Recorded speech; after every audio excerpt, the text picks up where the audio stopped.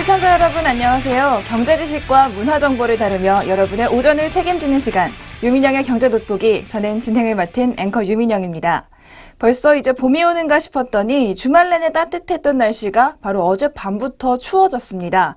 아마 이 꽃샘추위가 마지막일 것 같은데요. 봄이 오기 전 마지막 추위, 많이 춥지만 좀 괴로워하지 마시고 앞으로의 봄을 좀 기다려보는 계기로 삼았으면 좋겠습니다. 오늘도 경제 돋보기와 함께 활기찬 오전 시간 보내시기 바랍니다. 오늘 경제 돋보기 지금부터 시작합니다.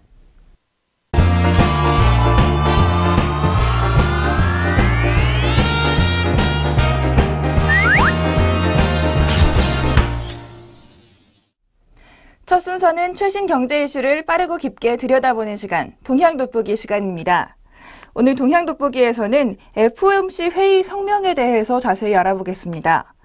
바로 지난 목요일이죠. 미국 연방준비제도위원회, 이른바 FOMC가 회의를 한 직후에 성명을 발표했습니다. 이 안에는 금리 인상 시기를 가늠할 수 있도록 하는 문구들이 많이 들어있다고 하는데요. 동향 돋보기에서 이 소식 자세히 알아보겠습니다. 먼저 미국 연방준비제도, 금리 인상 전 인내심 발휘라는 이른바 인내심 문구를 삭제하면서 기준금리 인상에 한 발짝은 더 다가갔습니다. 하지만 연방준비제도위원회가 올해 미국의 경제 성장률 전망치를 낮춤으로써 시장의 금리 인상 예상 시점도 당초 6월 정도에서 9월 정도로 늦춰졌습니다. 연준은 지난 18일에 FOMC 직후 발표한 성명에서 지난해 12월 이후 계속 사용해왔던 금리 인상 전 인내심을 발휘할 것이라는 문구를 삭제했습니다. 보통 이 문구가 삭제되면 빠르면 2개월 내에 금리 인상이 단행될 것이라는 예상이 많았는데요. 대신 물가 상승률이 2% 목표치를 향해 근접한다는 합리적 확신이 설 때 금리를 인상할 것이라고 문구를 덧붙였습니다. 이날 제닛 옐런 의장이 성명에서 인내심이라는 단어를 제거한 것이 우리가 조바심을 보이는 것은 아니다라며 금리 인상은 서두르지 않을 뜻을 밝혔습니다. 이에 따라 미국의 기준금리 인상 시기, 기존 6월에서 9월 정도로 예상이 늦춰지고 있습니다. 급격한 금리 인상에 따른 충격을 우려하던 시장은 안도하는 모습을 지난주 보여줬죠. 미국의 다우존스 산업 평균 지수, 코스피도 지난주 목요일부터는 좋은 모습을 보여줬었습니다. 홍콩과 대만 등 여타 아시아 증시도 동반 상승세를 보였는데요. 미국의 금리 인상 시기가 늦춰짐에 따라서 12일에 기준금리를 인하한 한국은행도 당분간 저금리 기조를 유지할 것으로 예상되고 있습니다. 그렇다면 FOMC 회의록의 문구들 조금 더 자세히 살펴보겠습니다. 인내심 문구 삭제를 통해서 연내 기준금리 인상은 확실하게 했지만 경기 회복세가 뚜렷해질 때까지 금리 인상을 미루는 한편 금리 상승폭도 크지 않을 것이라는 점을 강하게 시사한 것으로 시장에서는 보고 있습니다. 금리를 올리기 전까지 인내심을 발휘할 것이라는 문구가 결정문에서 해석된 것은 이른바 매파적인 현상을 보여줬다고 볼 수가 있죠. 일반적으로 인내심 문구를 삭제하면 2개월이 지나면 금리를 인상해도 이상하지 않은 상황이 됩니다. 하지만 6월부터 기준금리를 인상할 것이라는 기존 예측은 다음 문구 때문에 조금 더 미뤄지게 됐습니다. 먼저 연준의 미국 경제에 대한 자신감 부분입니다. 이 자신감이 지난달보다 조금 떨어지는 모습을 볼 수 있었는데요. 지난 1월 때는 연준이 미국 경제가 탄탄하게 성장하고 있다고 평가했습니다. 하지만 이번에는 문구가 조금 달라졌습니다. 미국 경제 성장세가 누그러졌다라고 진단해서 경제에 대한 기대감을 낮추는 모습이었습니다. 여기서 주목할 점, 경제 진단을 부정적으로 내놓으면서도 지난번처럼 나쁜 날씨, 폭설, 한파 등 날씨 핑계를 대지 않았다는 겁니다. 결국 날씨 같은 일시적 현상이 아니라 미국이 경제 구조적으로 긍정적이게 볼 수만은 없다는 해석이 가능한 대목입니다. 실제로 이날 연준이 분기별로 내놓는 경제 전망치도 하향 조정됐습니다. 연준은 올해 성장률 전망치를 지난해 12월 제시한 2.6에서 3% 대신 2.3에서 2.7%로 0.3%포인트 정도 낮췄습니다. 올해도 미국 경제가 3%에 못 미치는 2%대 저성장에 머물 것으로 분석한 겁니다.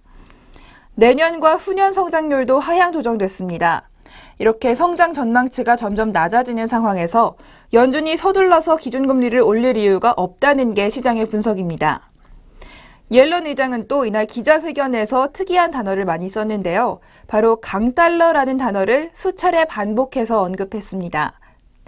전 세계적으로 확산되고 있는 환율 전쟁 와중에 가파르게 진행되고 있는 달러 강세가 연준 통화 정책에 부담을 주고 있음을 은연중에 드러낸 것으로 판단할 수 있습니다. 옐런 의장은 강달러가 강한 미국 경제를 반영하는 것이라면서도 수출 증가율 둔화를 초래하는 원인 중 하나가 강달러이고 강달러는 또 수입 물가 하락을 가져와서 인플레이션 하방 압력으로 작용하고 있다고 걱정했습니다. 이 같은 강달러와 저유가 여파 때문에 연준은 이번에 인플레이션 전망치도 낮췄습니다. 2년 후인 2017년이나 돼야 연준이 목표로 하는 2% 물가 상승률이 가능할 것으로 전망했습니다. 추가적인 인플레이션 전망치 하향 조정은 함의가 굉장히 큰데요. 왜냐하면 옐런 의장이 인플레이션이 2%대가 될 것이라는 확신이 들 때만 금리 인상에 나설 것이라고 강조해왔기 때문입니다. 그렇기 때문에 이번 6월부터 기준금리를 인상해도 이상하지는 않지만 아무래도 꽤 오랜 시간이 걸릴 것이라는 판단이 나오고 있는 상황입니다. 이처럼 인플레이션과 기업 실적, 수출 경쟁력의 부정적인 강달러가 지속될 경우 연준이 기준금리 인상을 결정하기는 쉽지가 않습니다.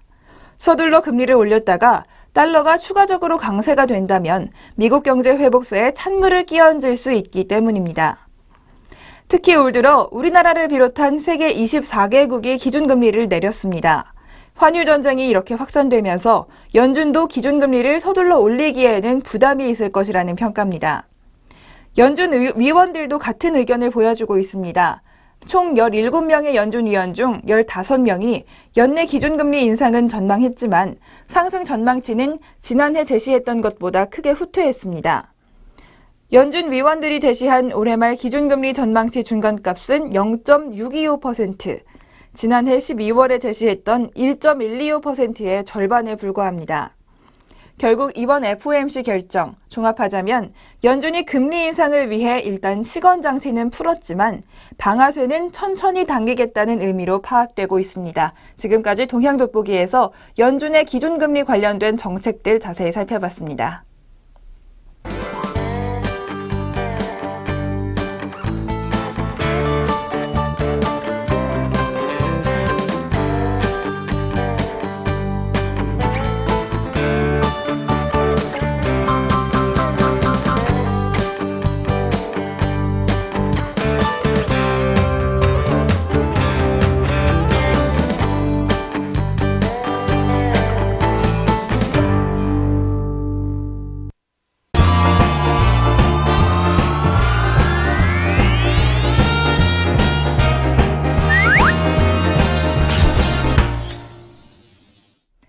이번 순서는 아리송한 단어 확실하게 잡아가는 시간, 용어 돋보기 시간입니다. 오늘 용어 돋보기에서는 페리티라는 용어 설명해 드리겠습니다. 최근 유로화가 저렴해지면서 유럽으로 여행 가는 분들이 많아지고 있다고 합니다. 하지만 반대로 미국 여행을 계획한다면 비싸진 달러화 때문에 예전보다 더 많은 비용이 들게 되는데요. 이렇게 금융시장에서 달러는 점점 강세를 보이고 있는 반면 유로화는 바닥을 모르고 추락하고 있는 가운데 페리티라는 용어가 많이 쓰이고 있습니다. 페리티는 사전적인 뜻으로는 동등함, 동등성이라는 뜻을 가지는데요. 지금 환율을 주제로 이야기를 하고 있는데 이 기사의 주로 등장하는 이 단어는 바로 1달러와 1유로의 가치가 동등해지는 것을 의미합니다. 작년에 유로화 가치는 달러화에 비해서 12%나 하락한 반면 달러화 가치는 올 들어 유로화에 대해 12년 만에 최고치를 기록하는 등 초강세를 보이고 있습니다. 이렇게 각각의 달러와 유로의 가치가 달라지면서 1유로가 1달러가 되는 것, 바로 페리티 현상이라고 부릅니다. 미국 경제 개선으로 연방준비제도위원회가 긴축을 계획하고 있습니다. 앞서 설명도 드렸지만 천천히 긴축을 하겠다는 기조는 변함이 없는데요. 반면 유럽중앙은행은 디플레이션 위기에 처한 유로존 경기 부양을 위해서 돈을 푸는 부양을 펼치는 등 정반대의 행보를 갖고 있기 때문입니다. 따라서 전문가들은 이와 같은 추세가 이어진다면 올해 말 정도에는 1유로와 1달러가 동등해지는 이른바 페리티 시대가 열릴 것이라는 전망을 내놓고 있습니다. 이렇게 유로화가 급락하고 달러화가 급등하는 것, 과연 어떤 의미를 가지고 있을까요? 먼저 유럽 기업들에게는 가격 경쟁력이 강해져 호재로 작용하게 됩니다. 따라서 유럽 증시에도 긍정적인 소식이 될 수 있고요. 또 유럽을 방문하는 관광객들에게도 좋은 소식입니다. 하지만 한편으로 유로화 약세는 수입 물가를 끌어올려서 유로존 지역의 서민들의 경제를 더 악화시킬 수도 있고요. 상대적으로 달러 강세를 더 부추긴다는 우려가 있습니다. 반면 달러 강세, 굉장히 세계 시장에도 많은 영향을 주는데요. 일단 미국 기업의 실적을 악화시켜서 미국 증시를 끌어내릴 뿐 아니라 유가 하락, 금값 하락 등 전 세계 금융시장에 엄청난 영향을 줄 수도 있습니다. 또 미국 증시가 하락하는 것, 전 세계 증시에도 그리 좋은 소식은 아닙니다. 이렇게 미국 증시가 많이 떨어질수록 우리나라를 비롯한 신흥국 시장도 많이 영향을 받게 될 텐데요. 이렇게 패리티라는 용어로 미국의 달러화 강세, 유로화 약세를 한번 알아봤습니다. 앞으로 세계 금융시장에서 이런 현상들 어떻게 진행될지 자세히 지켜보시면 좋겠습니다. 지금까지 용어 돋보기 패리티 현상 살펴봤습니다.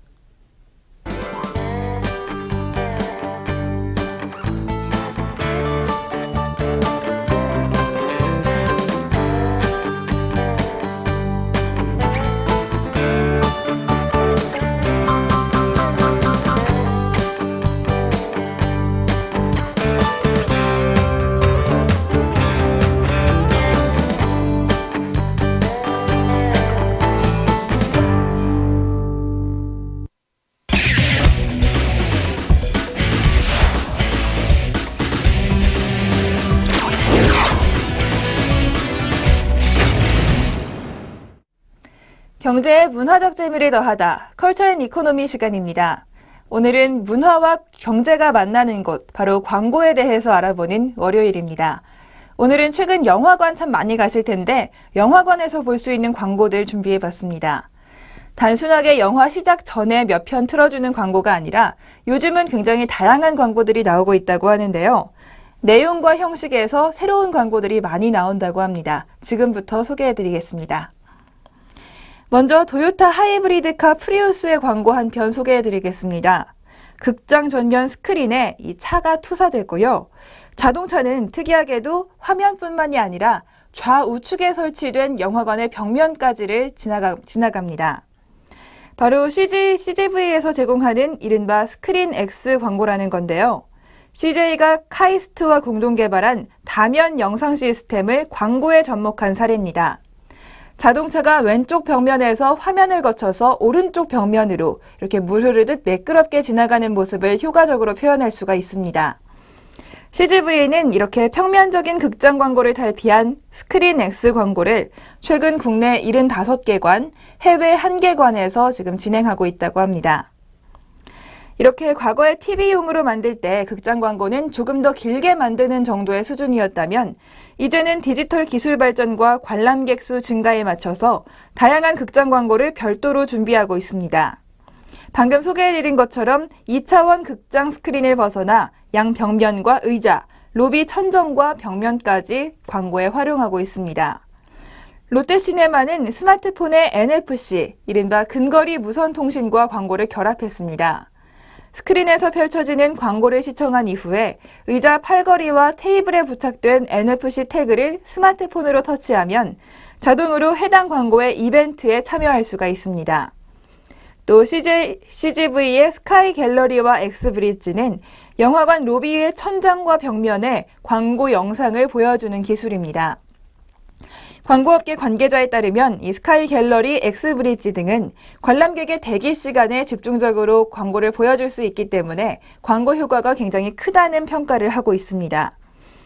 또 관객들의 집중도가 높은 영화 예고편 바로 뒤에 배치하는 애드 태그 광고도 등장했습니다. 단순히 순서만 말하는 것이 아니고요. 삼성전자의 경우를 소개해드리겠습니다. 삼성전자는 슈퍼 프리미엄 TV 신제품인 SUHD TV를 설치하면서 개봉 영화 예고편 바로 뒤에 지금 이 영화 삼성 SUHD로 보면 어떨까요? 라는 내용의 10초짜리 광고를 기획했습니다. 제일기획 관계자는 영화 예고편의 트레일러와 같은 효과를 거둘 수가 있고 또 영화의 장르 특성에 따라서 다양한 광고를 낼 수 있다는 장점이 있다고 말합니다. 이렇게 극장 광고가 발전하는 것, 바로 경기 불황 속에서도 성장하는 우리나라 영화 시장과 관계가 깊다고 합니다. 지난해 대한민국 영화 흥행 기록을 갈아치운 명량, 그리고 애니메이션 최초로 1000만 관객을 돌파한 겨울왕국 등 굵직한 흥행작들로 누적 관객 수는 2억 2천만 명에 급증했습니다. 극장 광고 매출도 함께 늘었는데요. 극장 광고 매출이 지난해 1,700억 원 수준으로 전년 대비 6.8%나 성장했습니다. 다른 광고 시장의 성장률이 0에 가까운 것에 비교하면 굉장히 괄목할 만한 성과입니다. 오리콘 미디어 전략연구소 관계자에 따르면 3대 멀티플렉스 극장 간 경쟁으로 소비자들의 접근성이 좋아지고 이에 따라 영화관이 여가를 즐기는 대형 엔터테인먼트 공간으로 바뀌어가고 있다고 설명합니다.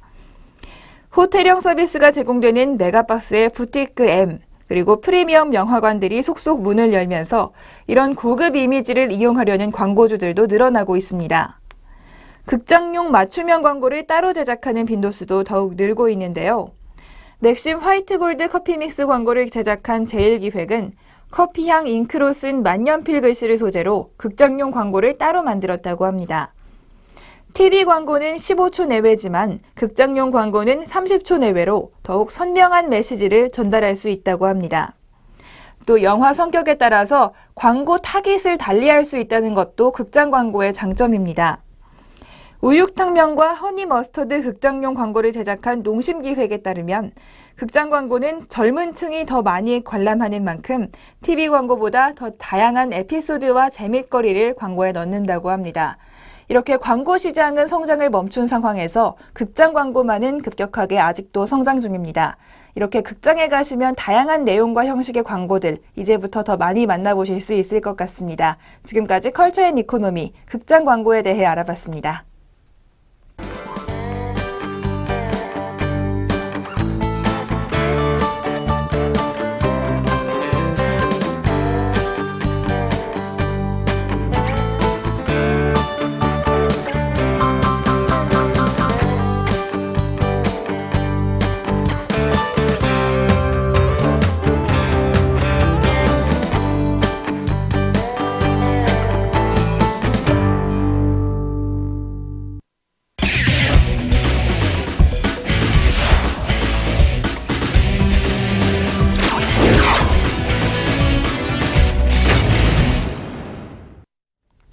이번 순서는 주목할 만한 주식 한 종목씩 소개해드리는 주식 한마디 시간입니다.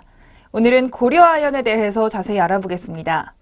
고려아연이 최근 좋은 소식을 많이 듣고 있다고 하는데요. 먼저 2015년 아연 기본 재련 수수료 정광톤당 245달러로 결정됐다고 합니다. 이 소식 자체가 고려아연에는 굉장히 호재로 작용하고 있습니다. 바로 이 재련 수수료가 높아질수록 고려아연의 수익성도 높아지기 때문인데요. 이 톤당 245달러, 2014년에 223달러 대비 9.9%나 상승했습니다. 1년 만에 10% 가까이 상승하면서 예상보다 높은 가격을 보여줬는데요. 세부 내역을 살펴보자면 기준 아연 가격은 2,000달러로 지난해와 같습니다. 하지만 에스컬레이터, 이른바 아연 가격이 기준 가격보다 상승할 경우 기본 재련 수수료에 더해지는 재련 수수료의 비율을 뜻하는데요. 이것이 9.5%로 작년에 7.5%에 비해서 2%포인트 늘었습니다. 또 마지막으로 디에스컬레이터, 바로 아연 가격이 기준 가격보다 하락할 경우 기본 재련 수수료에서 차감되는 비율을 뜻하는데요. 이것은 3.5%로 작년보다 0.5%포인트 늘었습니다. 현재 정광시장은 광산사보다는 재련사의 가격 협상력이 높습니다. 이른바 스멜터 마켓이라고 하는데요. 바로 아연 정광시장, 2010년부터 2012년까지는 반대의 상황이었습니다. 광산의 가격 협상력이 굉장히 높은 마이너 마켓에서 2013년 이후 고려아연을 비롯한 재련사들의 협상력이 높아지는 스멜터 마켓으로 바뀌었다고 합니다. 바로 이 이유를 한번 알아보겠습니다. 이는 기본 재련 수수료율을 보면 쉽게 파악할 수가 있는데요. 이 재련 수수료율이란 아연 기준 가격 대비 재련 수수료를 비율로 나타낸 것입니다. 기본 재련 수수료율은 2009년 15.5%에서 2012년에는 9.6%까지 하락했고요. 2013년부터 반등에 시작해서 2015년에는 12.3%로 상승했습니다. 이렇게 수수료율이 높아질수록 광산사보다는 재련사가 더 유리해지는 것을 의미할 텐데요. 2013년부터 재련 수수료가 상승하면서 정광시장이 이른바 스멜터 마켓으로 전환된 이유, 바로 정광 공급 과잉에 있습니다. 2010년부터 2012년까지 광산에게 유리한 마이너 마켓이 진행되면서 광산들은 이익이 늘고 재련사 이익은 줄었습니다. 그 결과 광산 생산 능력은 확대됐지만 재련 생산 능력은 정체됐기 때문에 정광의 공급 과잉이 야기된 것입니다. 이에 따라 2013년부터는 좀 상황이 바뀌었는데요. 또 하나의 고려아연의 투자 포인트, 바로 올해 말로 예정된 대규모 증설에 대한 기업 가치 상승입니다. 창사 이래 최대 규모의 생산 설비 증설이 점점 가까워지고 있는 상황입니다. 이렇게 고려아연, 재련 수수료율이 높아지면서 광산사보다 더 유리한 고지에 오를 수 있게 됐고요. 다양한 투자로 앞으로의 기대가 더 되는 종목이었습니다. 지금까지 주식 한마디 고려아연에 대해 살펴봤습니다.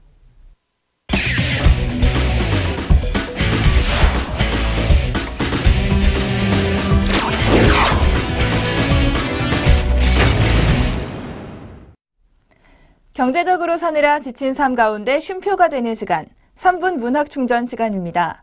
오늘도 마음에 좋은 또 시 한 편 준비했습니다. 오늘의 문학, 김환철 시인의 무거운 짐이라는 시입니다. 김환철 시인은 잡지 공무원 문학으로 등단한 공무원 출신의 작가입니다.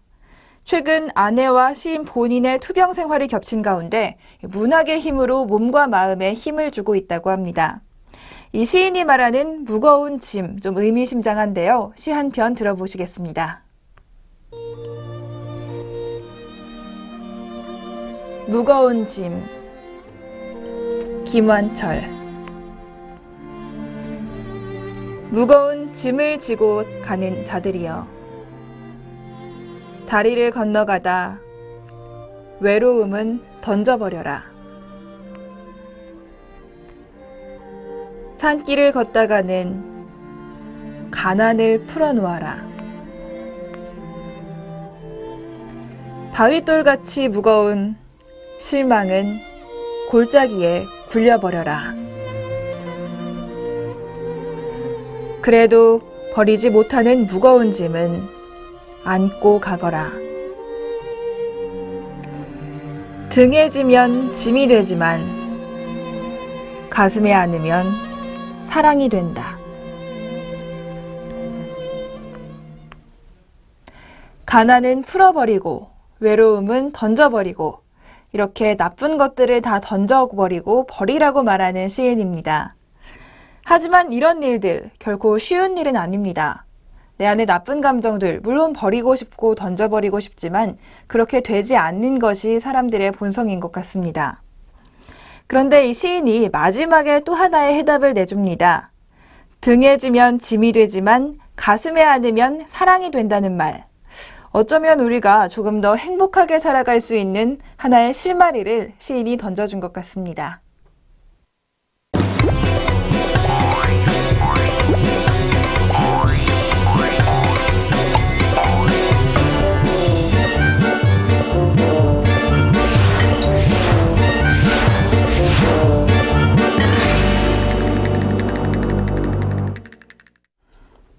무조건 긍정적으로 생각하라는 말, 좋은 말이지만 우리에게 와닿지가 않습니다.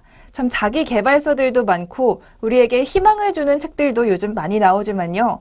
읽을 때만일 뿐, 당장 내 앞에 힘든 일이 닥쳐오면 그런 생각들을 잊기 마련입니다. 하지만 이 시인의 시는 조금 오랫동안 기억하시면 좋을 것 같습니다. 어려운 짐들을 등에 지지 말고 가슴에 안아서 사랑으로 만들라는 말. 단순히 긍정적으로 생각하라는 말보다 더 깊은 울림을 주는 것 같습니다. 우리에게 주어진 짐을 어떻게 하면 가슴으로 안아서 사랑으로 바꿀 수 있을지 한번 생각해보면 좋겠습니다. 유민영의 경제돋보기 오늘 여기서 마무리하고요. 내일 오전 이 시간에 다시 찾아뵙겠습니다. 시청해주신 여러분 고맙습니다.